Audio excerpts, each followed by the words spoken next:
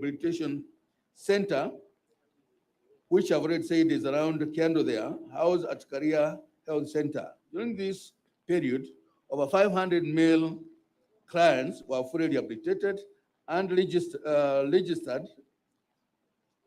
reintegrated, back to the community. However, Career had inadequate space that necessitated construction of modern rehabilitation center of Ihururu. Ladies and gentlemen, Ihururu treatment and rehabilitation is now operational and offering outpatient services for males struggling with addiction due to alcohol, drugs, and substance abuse.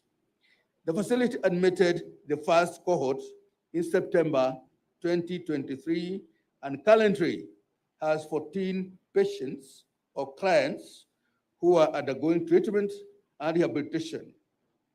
So we are not calling them patients, we are calling them clients. Furthermore,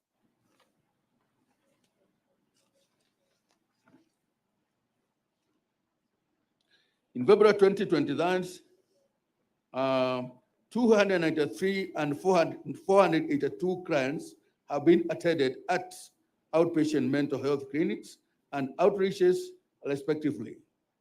It is worth noting that this is a public rehabilitation hospital offering free services and attends to clients from all over the country, not just county of Nyeri. Ladies and gentlemen, my government is working round the clock to ensure that the whole treatment and rehabilitation center is very functional in order to address the unmet needs and achieve the vision of being center excellence in comprehensive treatment and rehabilitation.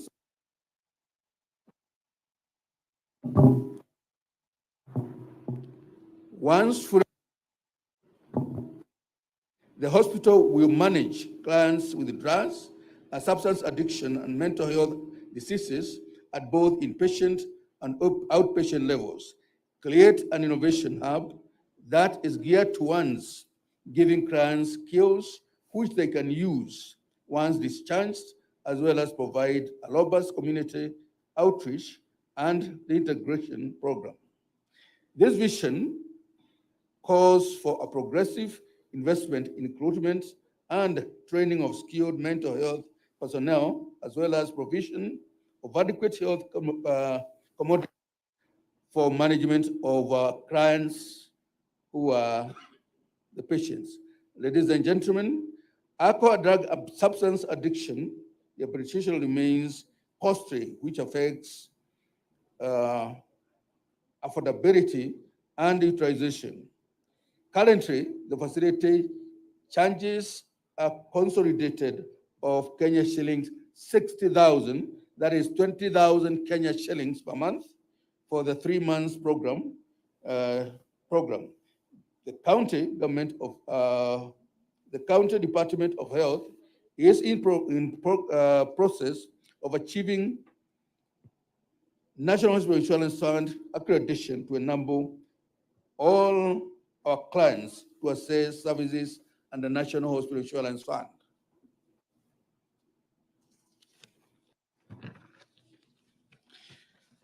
Finally, our guest of honor, ladies and gentlemen, we are fully committed in making this facility a center of excellence on matters of treatment and rehabilitation of alcohol and drug substance addiction. Let us all join hands in fighting these menace. Thank you so much for coming to grace this occasion. Our guest of honor, our doctor who is in charge, Dr. Kelago, when he was here, he forgot one thing, and he has told me to tell you, which I will gladly do right away. Professor Kidiki, our chief guest, the doctor has told me that these items are missing and requesting you to look at it and see what you can do. Our chief guest, you see now, is that we have national government and the county government. National government is the mother of the county government. So when you see you as a county government, we see a father coming home. And as the father coming home, you request a lot of things from the father. Then the father, when he sit down and say, I'll do this, I'll do this, and do that. So as a county government, for us to ensure that this facility is operational fully, 100%, the following items are missing. One of them, our guest of honor, is the generator. It's missing this facility. So when there's a power outage, can you imagine what happens? Total darkness. Now, number two, Waziri has told me some furnitures are needed in some areas. Now, number three, water storage.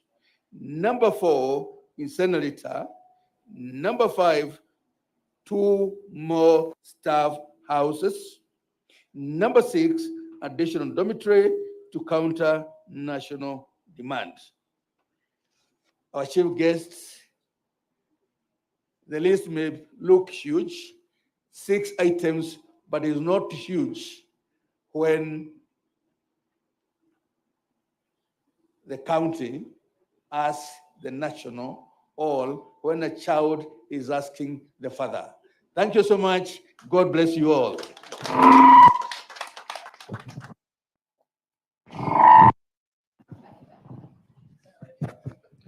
Asante sana Deputy Governor kwa hotuba hiyo ambayo umepeana. Nafikiri mgeni wetu wa heshima amepata yote ambayo umeyataja. Waziri, kwa upande wangu ningependa kukushukuru sana kwa support ile ambayo umeendelea kutupatia katika vita ya kupambana na utumiaji mbaya wa pombe na madawa ya kulevya. Hii region yetu kutoka wakati nilipoingia kama RC tulikuwa na shida kubwa, lakini katika kuungana na agencies zingine tumeweza kufanikisha hii safari. So far tumecover almost 75%. Hii 25% ambayo imebaki tunakuhakikishia kwamba hiyo safari tunaweza kuikamilisha vizuri, na ningependa kuchukua nafasi hii kuwashukuru machiefs wetu katika region yetu nzima. In fact, in terms of performance, county yetu ya Kiambu iko juu. Ketini tu, county yetu ya Kiambu iko juu, ikifuatwa na Nyeri, ikifuatwa na Kirinyaga, ikifuatwa na Nyandarua, alafu kule chini tuko na Murang'a. Na katika hii vita ya kupigana na matumizi mabaya ya pombe na madawa ya kulevya, tumeshirikiana kwa karibu sana na counties zetu 5, na tunashukuru county assemblies tangu walipokuwa na kikao chao kule Naivasha, the Deputy President of the Republic of Kenya, wanaendelea kutengeneza sheria ambazo zitatuwezesha kushirikiana kikamilifu na pia kupambana na hii shida kwa njia ambayo itakuwa sustainable. Ingawaje tuko na changamoto kidogo hasa kwa baadhi ya counties, na ningependa kuzungumzia county ya Murang'a. County ya Murang'a tuko na shida kidogo kwa upande wa ushirikiano wa hii vita, lakini tunaendelea kuzungumza na viongozi wa hiyo county. Nafikiri tutakuja kupata mwafaka hivi karibuni. Kwa upande wa hii vita, wakati tulikuja katika region hii, tuli develop 4-pronged approach ya kupambana na hii shida. Ya kwanza ilikuwa ni sensitization, ya pili ikawa ni enforcement, ya tatu ikawa ni rehabilitation, na ya 4 ni aftercare. Tumefanya vizuri sana kwa hatua ya kwanza ya sensitization, ingawaje kuna changamoto kubwa kwa upande wa resources, hatujaweza kucover a lot of ground. Enforcement tumefanya pia vizuri, pia tuko na challenges kidogo kwa upande wa resources. Rehabilitation imekuwa ni changamoto kubwa sana, na kufunguliwa ama kuanzishwa kwa hiki kituo kuongeza kwa vile ambavyo vimekuwepo, ambavyo nyingi zao zilikuwa ni private. Tunashukuru, hii itaenda kuchangia kuchukua idadi kubwa ya wale ambao wameathirika, ili tuweze kuwarudisha katika jamii na kuendelea mbele kujenga taifa letu. Aftercare tuko na challenges kidogo pale manyumbani, na tunataka kuomba tuweze kupata more officers ambao watakuja kuestablish outreach programs ya kufuatilia wale ambao wametoka katika vituo kama hivi, na nafikiri kuendelea mbele ili jambo tutaweza kulipunguza. Na ningependa pia kuchukua nafasi hii kumpongeza sana the second lady of the Republic of Kenya. She has been very supportive. She has been working alongside with us. Bishop Wanjohi has also been very instrumental. Kabla ya hiki kituo kuweza kuchukua nafasi ambayo imechukua sasa, tulikuwa tunapeleka watu wetu kule Timau, na Timau ni mbali. In fact, the cost of rehabilitating one case kwa private clinic ama private center ni 50,000. Hapa hiyo 20,000 ni afueni sana kwa watu wetu, na nafikiri wakati tutaanzisha ile program ya NHIF itakuwa ni afueni kwa kiwango kikubwa sana kwa familia nyingi ambazo zimeathirika. Na nachukua nafasi hii, waziri, kukualika kirasmi uzungumze na viongozi na wananchi ambao wamefika hapa kwa siku ya leo. Karibu sana waziri. Regional Commissioner, naomba tuketi. Asanteni sana. Thank you very much.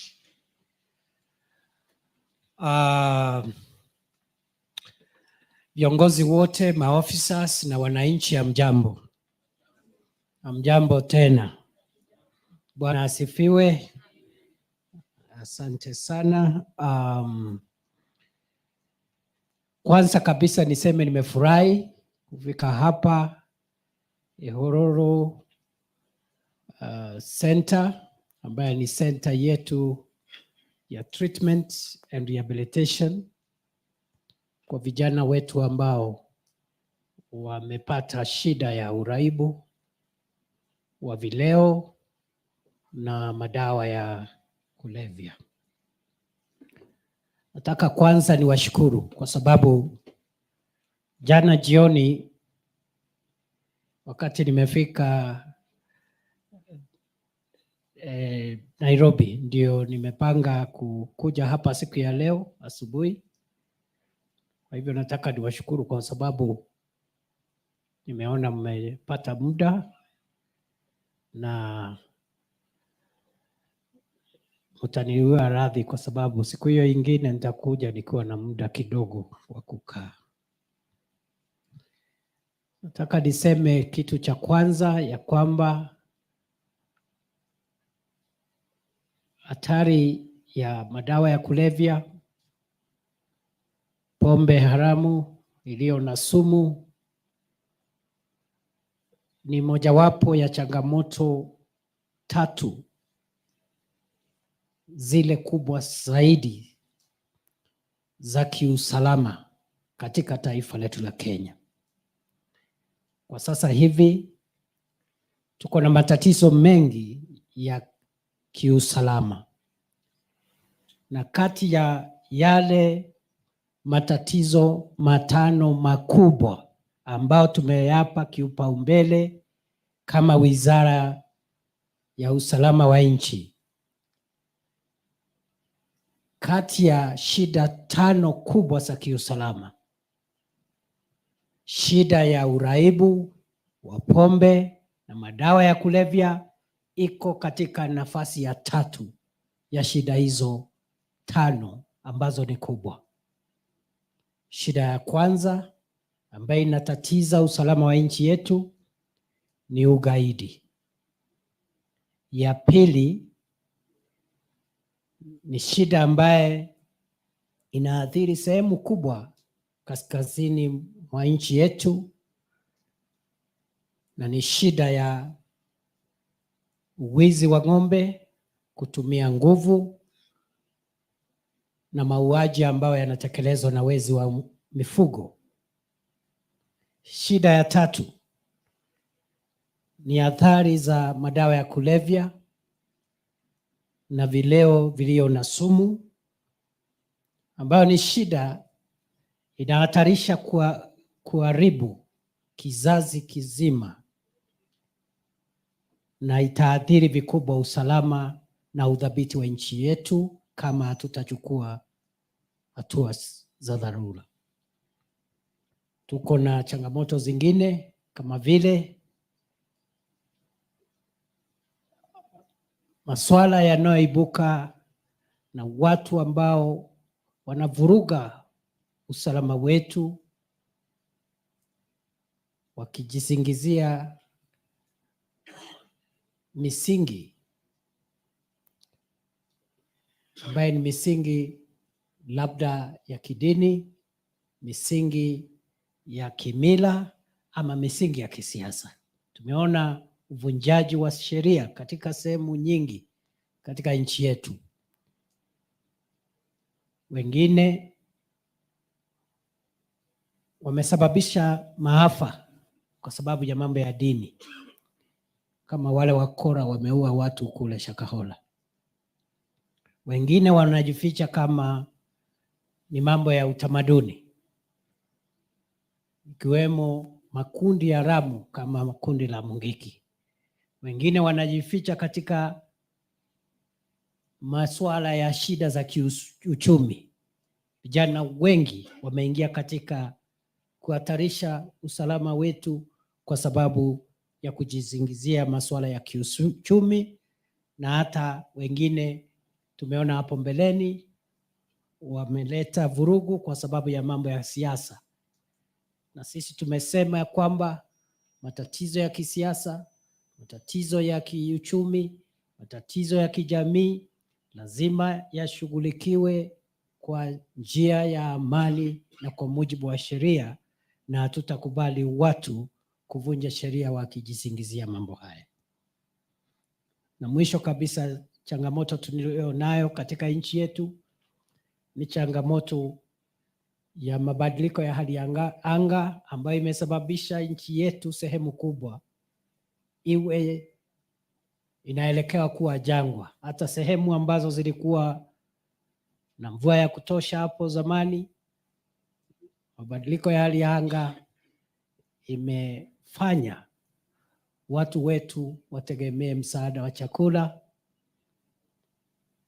Na mimi kwa miaka yangu yote hii ni safari yangu ya kwanza kuona sehemu kama eneo la kati mwa Kenya, Central Province, sehemu zingine ya kwamba watu wetu wanapewa msaada wa chakula. It has never happened before. Ni kwa sababu ya mabadiliko ya hali ya anga, na wakati mvua inakuja tena kwa zaidi, saa ingine inaharibu. Kwa hivyo ndipo tumesema siku ya Jumatatu tumeweka katika gazeti rasmi ya serikali ya kwamba siku ya Jumatatu itakuwa siku ambayo hatutaenda kazini ya kawaida. Sisi zote wananchi wa Kenya tutakuwa tunapanda miti ili tukomboe nchi yetu kutokana na janga la kuwa jangwa na janga la mabadiliko ya hali ya hewa ambayo tusipochunga itatuletea matatizo ya kiusalama katika sehemu nyingi kwa sababu ya watu kujaribu kutumia rasilimali kidogo ambayo inapatikana. Kwa hivyo nikirejelea mada ya leo ni kwamba uraibu wa madawa ya kulevya na utumiaji wa vileo vyenye sumu ni mojawapo ya changamoto tatu ambazo tumeziwekea kipaumbele kama wizara inayohusika na usalama wa nchi. Katika vita hivi tunapigana na madawa ya kulevya, tunapigana vile vile na vileo vyenye sumu ambavyo havijahitimu vile vipimo ambavyo vinakubalika na wataalamu wa afya, na vile vile tunapigana na uraibu ambao unachukua vijana wetu wengi ambao wamezubaishwa na ulevi wa kupindukia na uraibu wa madawa. Wameacha kazi zao za kujenga jamii, kujenga taifa, na wametelekeza katika majukumu yao ya kijamii na ya kitaifa. Kwa hivyo ni fursa yangu kushukuru wale wote ambao wamewezesha kufanikishwa kwa hii taasisi ambayo tumeangalia siku ya leo. Nataka nishukuru shirika la serikali ambalo linahusika na mambo ya kupigana na madawa ya kulevya na kada, na vile vile serikali ya kaunti ya Nyeri kupitia ushirikiano wetu kama serikali ya kitaifa na serikali ya kaunti. Taasisi hii imepata kufanikiwa. Nataka nipongeze na nihimize kaunti zile zingine katika Jamhuri ya Kenya ziige mfano wa kaunti ya Nyeri, kwa sababu madhumuni yetu kama serikali ni kuhakikisha ya kwamba kutakuwa na kituo kama hiki katika kila kaunti ndani ya Jamhuri yetu ya Kenya. We believe that every county should have a treatment and rehabilitation center, ndio tujaribu kusaidia vijana wetu. Kwa hivyo hii ni mfano mzuri, na viongozi ambao wako hapo kutoka serikali ya kaunti tunawashukuru, na tunaomba kwamba tuendelee kushirikiana katika mambo mengine ambayo yanahusu masuala ya wananchi wetu. Changamoto ambayo tuko nayo kwa sasa ni kujaribu wale vijana wetu na wale waathiriwa ambao watasaidiwa hapa, wakirudi katika kazi zao na katika familia zao, wasirejee tena katika hii shida ya uraibu. Kwa hivyo nimeagiza shirika la NACADA ambalo liko hapa washirikiane na wenzetu wa kaunti, kuwe na mpango mzuri ambao utasimamiwa na NACADA wa kufuatilia wale ambao wamehitimu kutoka kituo hiki na vituo vingine kama hivi, ili tuwasaidie kule nje, tuwafuate kule nje kuhakikisha kwamba hawarejelei tena katika shida ya uraibu. Vile vile tuko na shida ama changamoto kwenda mbele. Lazima tutafute njia, wale ambao watahitimu kutoka vituo kama hivi wasaidiwe, wale ambao hawana ujuzi ama ufundi ama utaalamu tuwatafutie ufundi na utaalamu, ili iwe ni njia moja ya kujikimu kimaisha na kuhakikisha kwamba wamefaulu katika maisha baada ya kusaidiwa hapa. Na vile vile changamoto ya tatu ambayo imeelezwa hapa na Deputy Governor pamoja na wale wengine ni kwamba bado kuna kazi ambayo imebaki ya kufanya hapa. Wameeleza vifaa ambavyo bado vinahitajika ili waweze kuhudumia watu hata zaidi. Nataka niseme hivi ya kwamba Wizara ya Usalama wa Taifa itaendelea kusupport ama kuunga mkono NACADA kutafuta rasilimali za kutosha ili shirika letu la NACADA litimize wajibu wake ambao ni kupigana na mambo ya ulevi na mambo ya uraibu wa madawa ya kulevya. Niseme ya kwamba vile vile taasisi hii kuwa hapa ina manufaa mengi kwa jamii ya hapa Dedan Kimathi Ward, sehemu hii, kwa sababu sera ya serikali hii ni kwamba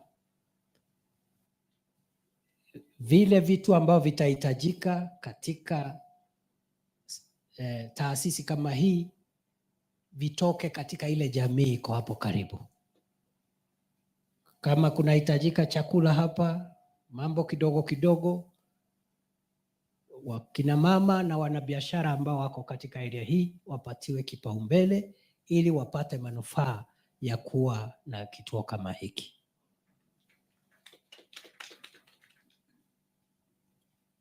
Kwa hivyo bado kuna majukumu ambao lazima tujizatiti ili tuhakikisha kwamba kituo hiki kimeazimia malengo ama kimeafikia malengo yake yote. Kama vile mheshimiwa ambaye ameongea hapa amesema, sehemu hii inajulikana katika vita vya kupigania uhuru wa jamhuri yetu ya Kenya. Ile vita dhidi ya ukoloni, headquarters yake dunia mzima ilikuwa hapa hii Tetu. Na unasikia mpaka ward ni ward ambayo imeitwa kwa jina la marehemu shujaa Dedan Kimathi. Kwa hivyo vile vile nataka nikubaliane na mheshimiwa ya kwamba lazima tusaidie eneo hili na kituo hiki, kwa sababu shida ambayo tuko nayo kwa sasa katika jamhuri na sana sana katika eneo la kati mwa nchi, katika jamii hii tuko na shida ya uraibu wa pombe na uraibu wa madawa ya kulevya, na tusipochunga tutapoteza kizazi kizima.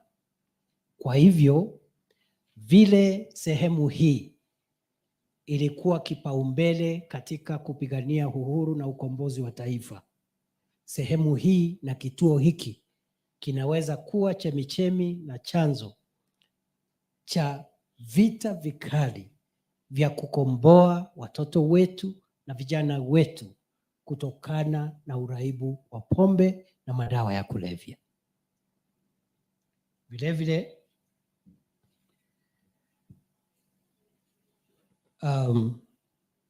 tumeleta sheria mpya ambayo itaweka nguvu zaidi katika shirika letu la NACADA kuhakikisha kwamba wako na nguvu zaidi ya kupigana na chanzo, mahali madawa yanatoka.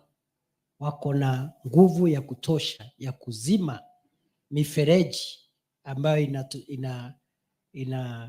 inatumika kutoa ama kutengeneza madawa ya kulevya na pia pombe ambazo ziko na sumu. Therefore, I want to take this opportunity just to reiterate and confirm that the government of Kenya takes drug addiction, the sale and consumption of illicit alcohol and psychotropic substances as one of the 3 top greatest threats to our national security. As I have said, we have mapped the national security threats that our country faces today, and we have established in order of priority that terrorism remains the greatest threat to our country's existence, followed by armed banditry, and thirdly, the sale and consumption of drugs, illicit alcohol, and psychotropic substances. And number 4, the use of violent means to resolve political, religious, or even economic grievances. And number 5, the threat of climate change. That tells you, therefore, this institution is helping us resolve a very serious national security issue. I want to commend the regional security team in this region. I want to commend the county security team in this region and the sub-county teams and all the members of national government administration for taking the war against drugs and substance abuse as a national security threat. And I am happy with the efforts that the team has put here under the leadership of Regional Commissioner Frederick Sisha and the team. And the remaining part of this journey, we must get focused to make sure that we complete this journey and rid our region and our country from this threat. As I have said, that I applaud the cordial and joint working relationship between the national government and county governments. And I appeal to all the counties of the Republic of Kenya to emulate the example of this partnership and the example of Nyeri County, who has worked hand in hand with NACADA, contributing their portion so that this facility can be up and running. Therefore, commend the Nyeri County government and give my regards to the governor and thanksgiving. And on behalf of the national government, we pray that we will have many more of this kind of partnerships.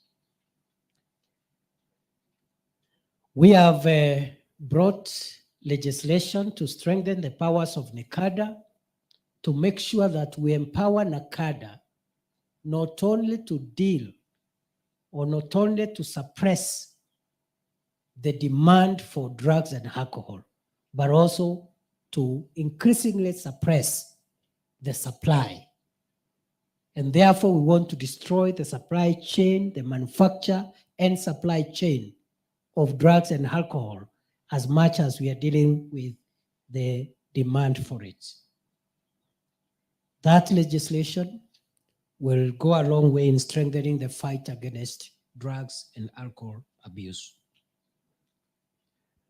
This facility will help the local community who will get opportunities not only to work here in some of the jobs that may be available, but also to supply the various requirements, foodstuffs, and other requirements that, according to government policy, must be outsourced from the neighboring community. I want to say that the fight for the freedom of Kenya, which began here, must be replicated in the fight against drugs, illicit alcohol, and psychotropic substances. And we pray that this institution will play a leading role and will be replicated in many more counties, even as we escalate this war. Finally, the MCA has asked about administrative units, and I want to task the team here to make some proposals of where we need new administrative units. And as soon as I receive the proposals in the normal way, I want to promise the people of Tetu, the people of Nyeri, because I have come here, we will split some of the most deserving administrative units so that we can add locations, sub-locations, and other administration units that are required here. Siwezi kukuja hapa alafu nirudi namna hii. So lazima tuongeze, si namna hiyo. kwa sababu leo waziri na mvua yote ako Nyeri asubuhi. Sasa nitarudi tu namna hiyo, si lazima tuongeze locations kidogo, sublocations, divisions, ili hata Nyeri na yeye ione kuna tofauti. Kwa hivyo nataka kusema mimi nashukuru, sisi tunaendelea kushirikiana na wale ambao wako hapa wako, kwa sababu kama mnavyojua wabunge wako bunge leo siku ya Jumatano wanafanyanga asubuhi na alasiri. Kwa hivyo hawangekuja hapa, walinipigia simu na niko na salamu zao. Mbunge wa hapa, vile vile mheshimiwa women rep wa hapa, na kama deputy governor amesema, hata governor alikuwa amenieleza hako shughuli nje ya county. Kwa hivyo sisi zote pamoja na senator tuko pamoja na tutaendelea kufanya kazi na viongozi wenu kwenda mbele. Nataka niseme mheshimiwa deputy governor kuna maneno ameuliza hapa, lakini alitumia lugha tamu, akapiga kona hivi, akaenda hivi, akaenda hivi, alafu akaniweka kwa mtego. Alianza kusema sijui nini, unajua national government kama baba sasa. kumbe kuna mahali amelenga, na nafikiri aliongea na CEC wakaambia CEC, we niletee hiyo nitakusaidia. Sasa kabla, unajua nilikuwa nimeanza kufurahi, kumbe kuna mtego hapo mbele. Nimeingia kwa mtego, lakini ni sawa. Nakubaliana na wewe deputy governor, we will continue working together. Wale ambao ni waraibu ambao wako hapa nimesema yao, tumesema vile watasaidiwa siku ile wanatoka, ili waende waanze maisha mapya kule. Na tumeongea, tumesikizana, nimewaambia, na ile mambo nimewaambia nimeacha hapa, lakini watapewa siku ile ya wanaenda nyumbani. Wakipewa saa hii hawatapona haraka. So kwa sababu nimefika hapa na nimemaliza shughuli, naomba ruhusa sasa kurudi. Nilikuwa naomba katika mambo ile mingi deputy governor amesoma hapa, sijui generator, incinerator, I don't know water treatment. So tutapanga, nitatuma hapa nakada, mtu yangu ya nakada akawapa. Sasa mfanye kazi na hao viongozi, mulete kwa niaba ya wizara na kwa niaba yetu sisi sote shilingi milioni 5 ya kusaidia hii mahali. So you have a day to bring that money here. So I want to commit myself. I will support this institution from the ministry with 5 million shillings. Asanteni sana. Mbarikiwe. I think tuachie hapo, lakini kabla hatujaenda kuna You can justify the faith, the commitment, the sacrifice you have made to make us who we are. I am really, Your Excellency, very impressed.